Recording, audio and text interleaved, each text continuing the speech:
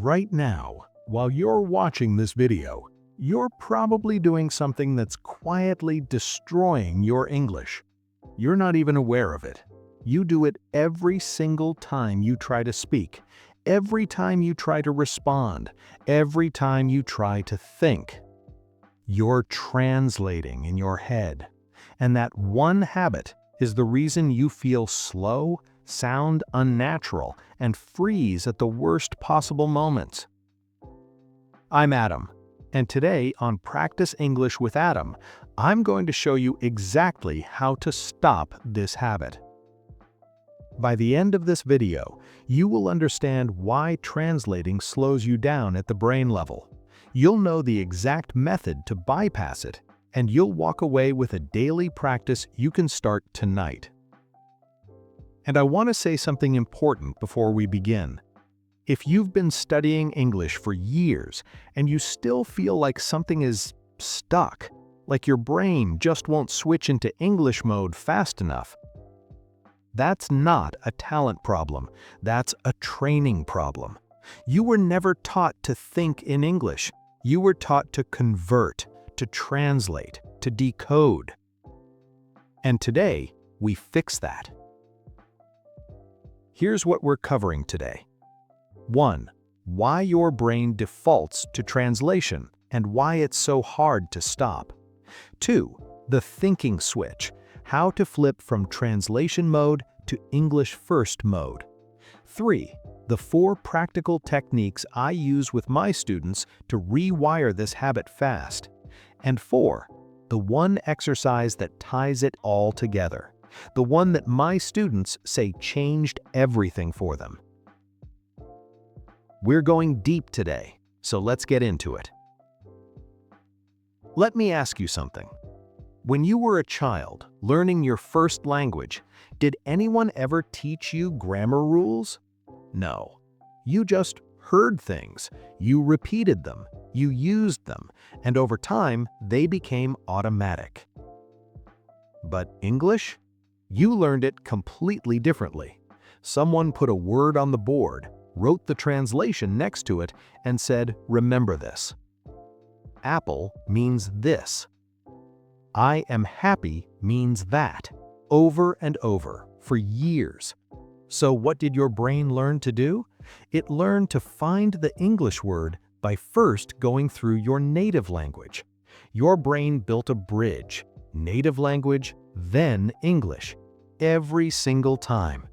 And here's the problem with that bridge. It takes time to cross.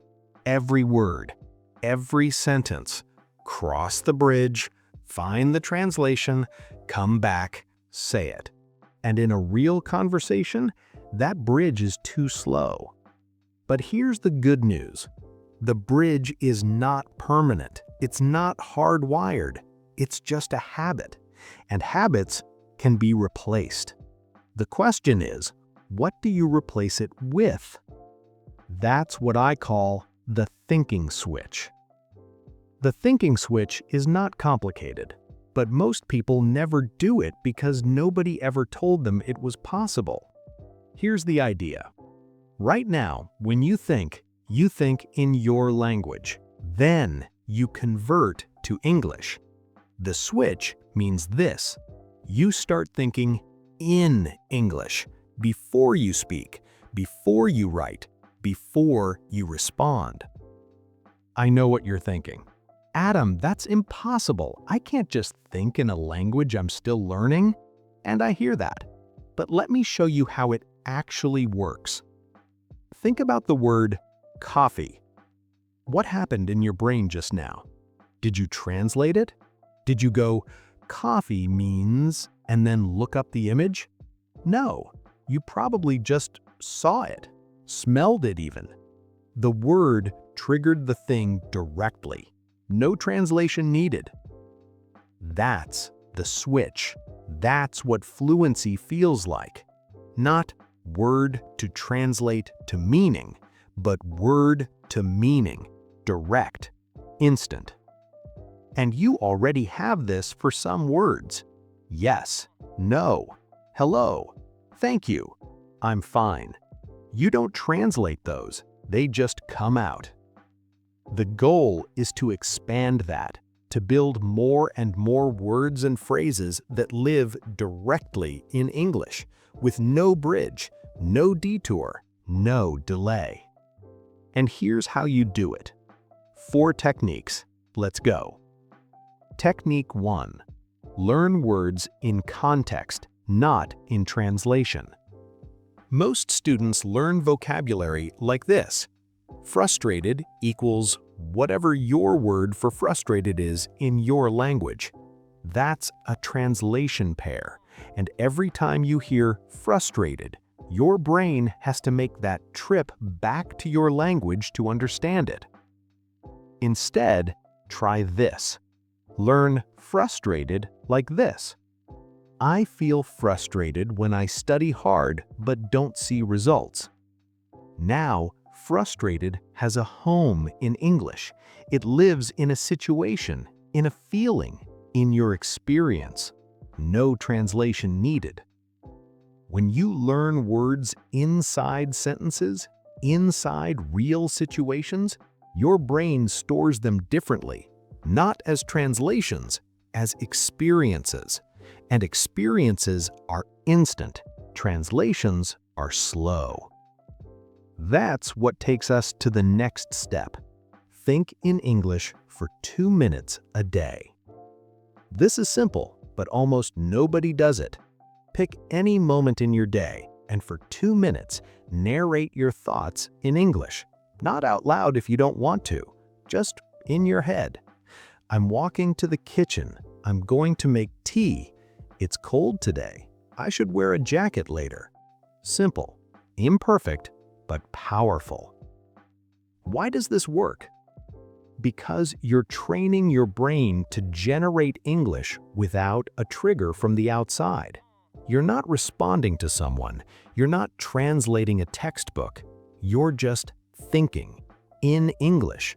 And every time you do that, the habit of translating gets a little weaker, and the habit of thinking in English gets a little stronger. 2 minutes, every day. That's all it takes to start. But here's the interesting part. Stop looking for the perfect word. I know this one is for the perfectionists, and I know there are a lot of you watching. You stop mid-sentence because you can't find the exact word you want. So you go back to your language, find the word, translate it, and that entire journey breaks your flow. Here's what fluent speakers do instead. They use what they have.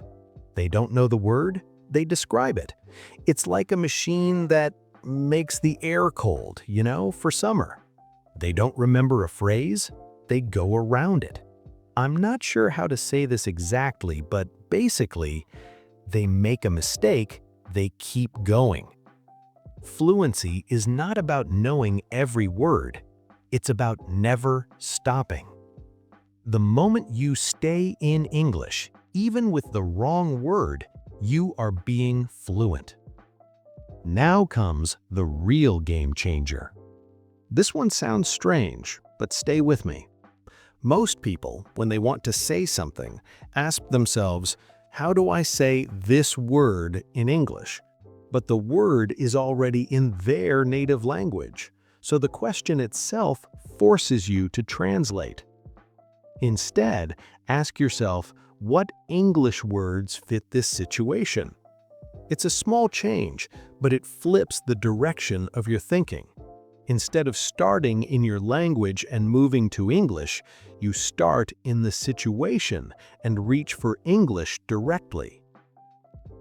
Over time, this becomes automatic. You won't even notice you're doing it. You'll just be thinking in English, naturally, effortlessly, automatically. And now, here's where it all comes together. The exercise that ties all 4 techniques into one habit. I call it the English First Loop. Before I show you the English First Loop, if this is clicking for you, if this feels different from what you've been taught before, hit subscribe. We do this every week. Real techniques, real English. No textbook nonsense. Okay, let's get to the good part.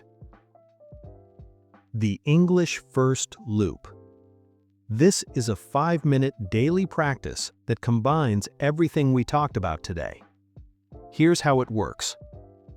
Minute 1. Pick one object in the room. Describe it in English. Not by translating what you'd say in your language, but by asking, what English words fit this thing? It's a chair. It's brown. It looks old. It's comfortable. I sit here every morning. Simple.